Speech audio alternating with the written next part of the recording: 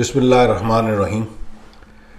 इस साल फरवरी में प्राइम मिनिस्टर मोदी ने अमेरिका का दौरा किया और जब प्रेसिडेंट ट्रंप इलेक्ट हुए तो शायद प्राइम मिनिस्टर मोदी पहले आलमी लीडर थे जो वहाँ पे गए और उन्होंने ट्रंप को मुबारकबाद दी और उसमें एक बहुत दोस्ती का तासर उभरा दोनों के दरमियान में।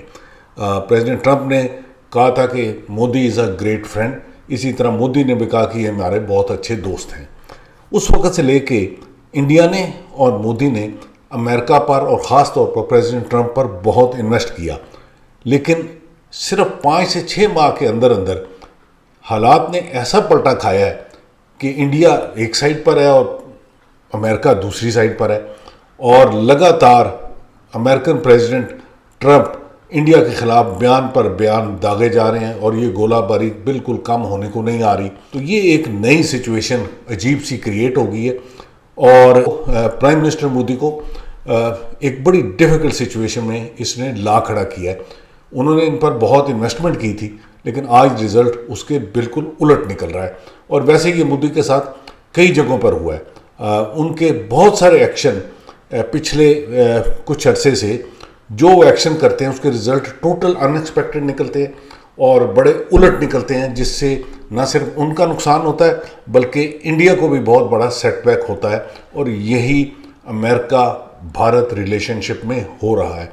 Personality of Modi has become a stumbling block between international relations of India and the world. देखने की बात यह है कि प्रेसिडेंट ट्रंप चाहते क्या है।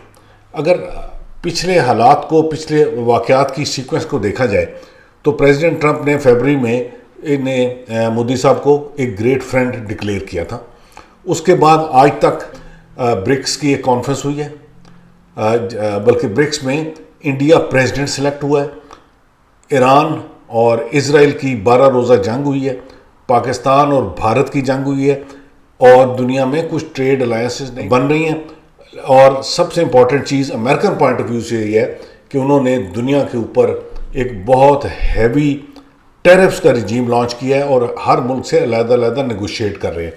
उन्होंने दुनिया के बहुत सारे मुल्कों से नेगोशिएशन कर ली है, जिसमें पाकिस्तान भी शामिल है और पाकिस्तान ने बड़ी कामयाब नेगोशिएशन की है, लेकिन इंडिया पर 25% का टैरिफ लगाकर इंडिया को कॉर्नर कर दिया और इंडिया की नेगोशिएटिंग टीमें अमेरिका में बैठी रही हैं, लेकिन ये किसी रिज़ल्ट पर पहुंच नहीं सकी।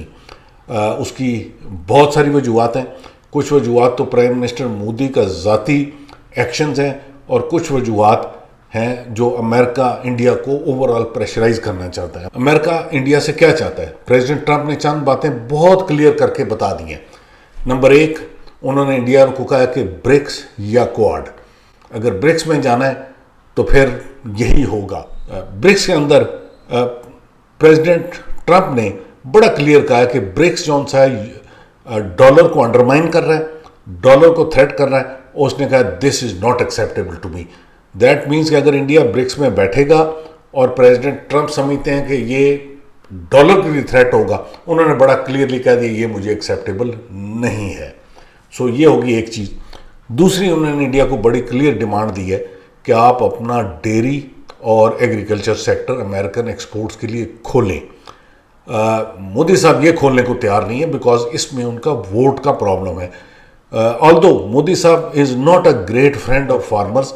मोदी साहब कोई बहुत बड़े फ्रेंड नहीं है अपने फार्मर्स के।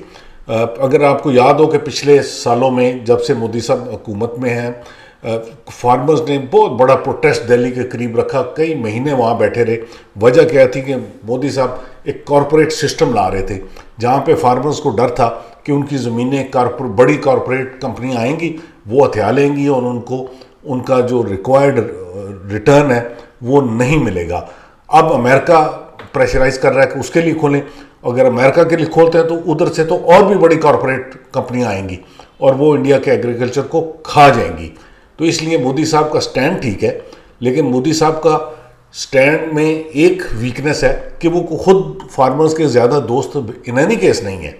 तीसरी इंपॉर्टेंट बात प्रेसिडेंट ट्रंप ने ये की है कि इंडिया रशिया से सस्ता ऑयल नहीं खरीदेगा। इंडिया का प्रॉब्लम यह है कि जो टोटल ऑयल इंडिया में कंज्यूम होता है उसका 1/3 रशिया से आता है, जो बड़े रिबेटेड रेट पर आता है, बड़े कम रेट पर आता है। सो इंडिया इस वक्त अफोर्ड नहीं कर सकता कि रशिया के साथ वो ऑयल डील्स कैंसिल करे। और प्रेसिडेंट ट्रंप ने बड़ा क्लियरली कह दिया कि जो पैसा आप रशिया को दे रहे हैं ये यूक्रेन की वॉर को चलाने में काम आ रहा है, इसलिए आप रशिया से ऑयल ना खरीदें। तो ये डिसीजन प्रेसिडेंट मोदी के लिए बहुत मुश्किल होगा कि वो रशिया से ऑयल ना खरीदें। इसकी दो साइड हैं, एक अगर कहीं और से ऑयल खरीदेंगे उन्हें महंगा ऑयल खरीदना पड़ेगा। नंबर दो, अगर वो रशिया से ऑयल नहीं खरीदेंगे तो रशिया के साथ उनके हालात तल्लुकात ख़राब होंगे, क्योंकि रशिया पर पहले ही बहुत पाबंदियाँ ऑयल सेल करने पर, और इंडिया चंद मुल्कों में से है जो उनसे ऑयल ख़रीदता है। अगर ये भी नहीं खरीदेगा तो फिर रशिया और इंडिया में काफ़ी दूरियाँ पैदा हो जाएंगी। इन हालात के अंदर एक बड़ी डिफ़िकल्ट सिचुएशन बनती जा रही है अमेरिका के लिए भी और इंडिया के लिए भी। जैसे प्रेसिडेंट ट्रंप इंडिया को थोड़ा सा पुश कर रहे हैं एडवांटेज लेने के लिए, तो मजबूरी में इंडिया और रशिया मजीद क्लोज होते जा रहे हैं, बिकॉज इंडिया के पास और कोई रास्ता नहीं है। कोशिश तो प्रेसिडेंट ट्रंप की ये थी कि इंडिया को रशिया से दूर करें और अपने कैंप में लेके आए, लेकिन कल तक की जो बातचीत है, इंडियन गवर्नमेंट के बयानात आ रहे हैं, वो ये उनसे लग रहा है कि इस प्रेशर की वजह से इंडिया और रशिया ज़्यादा करीब हो रहे हैं। क्या ये ब्लफ है? ये आने वाले दिनों में पता लगेगा कि प्रेसिडेंट ट्रंप ब्लफ खेल रहे हैं प्रेशर की, या इनका वाकई इस सख्ती से वो इंडिया के साथ डील करना चाहते हैं। एक स्टेटमेंट उन्होंने बड़ी ख़तरनाक दी। उन्होंने कहा कि इंडिया और रशिया दोनों डेड इकॉनमीज़ हैं, ये जाएं आपस में बैठे दोनों। इस किस्म की बातचीत प्रेसिडेंट ट्रंप से आना नॉर्मल नहीं है। ये इसके पीछे कुछ सीरियस बातचीत लगती है। इस सारी बातचीत की दूसरी डायमेंशन ये है कि इंडिया अमेरिका से क्या चाहता है। इंडिया को अमेरिका से आज क्या चाहिए? इंडिया को अमेरिका से चंद चीज़ों की ज़रूरत है। नंबर एक अच्छा मुनासिब टैरिफ, 25% टैरिफ उनके लिए बहुत ज़्यादा है। नंबर टू, इंडिया जो है अमेरिका में फार्मास्यूटिकल जो चीज़ें हैं, दवाइयाँ हैं, उसका बहुत बड़ा सप्लायर है। इंडिया नहीं अफोर्ड कर सकता कि वहाँ पे इसके फार्मास्यूटिकल के ऑर्डर्स कम हो। तकरीबन इंडिया का अमेरिका के साथ ओवरऑल 45 बिलियन से ज़्यादा का ट्रेड सरप्लस है। इसका मतलब है कि इंडिया अमेरिका के साथ ट्रेड किए बगैर गुजारा नहीं कर सकता, इसकी इकॉनमी स्टेबल नहीं रहेगी, और इतना ही ट्रेड इसको रशियन साइड से मिलने की बिल्कुल उम्मीद नहीं है। इसलिए इंडिया की बहुत बड़ी मजबूरी है कि अमेरिका के साथ ट्रेड चले, अच्छे टैरिफ रेट्स पर चले और स्मूथ चले। अगर ये नहीं चलेगी तो प्राइम मिनिस्टर मोदी के पास इसका कोई ऑप्शन नहीं, इंडिया के पास इसका कोई ऑल्टरनेट नहीं है। रीजन में तो उन्होंने ट्रेड का वैसे ही काम बंद किया हुआ, पाकिस्तान के साथ उन्होंने ट्रेड नहीं करनी, बांग्लादेश भी अभी उनके साथ कोई खास इंटरेस्टेड नहीं है ट्रेड करने में। इस वक्त चाइना के साथ उसने ट्रेड नहीं करनी। अमेरिका के साथ हालात ख़राब होते हैं तो कहाँ पे ट्रेड होगी? रशिया के पास तो इतनी कैपेसिटी नहीं है ट्रेड की। सो ये हैं बड़े चैलेंजेस जो प्राइम मिनिस्टर मोदी को अगले दिनों में फेस करने पड़ेंगे, कि ये पॉलिसी ऑफ कॉन्फ्लिक्ट से इंडिया को और मोदी को बाहर निकलना पड़ेगा।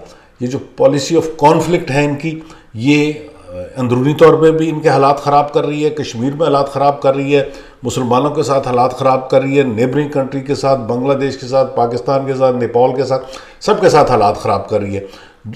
चाइना बहुत बड़ा नेबर है, उसके साथ ट्रेड चल रही है, इनकी अच्छी ट्रेड चल रही है, लेकिन उसके साथ कुछ स्ट्रेटेजिक हालात इनके ज़्यादा अच्छे नहीं हैं। अभी अमेरिका के साथ भी ख़राब हो रहे हैं, और ये इंडिया के लिए आने वाले दिनों में काफ़ी टेस्टिंग एनवायरनमेंट आ रही है, जिसके अंदर इंडिया को कुछ बड़े फैसले करने पड़ेंगे।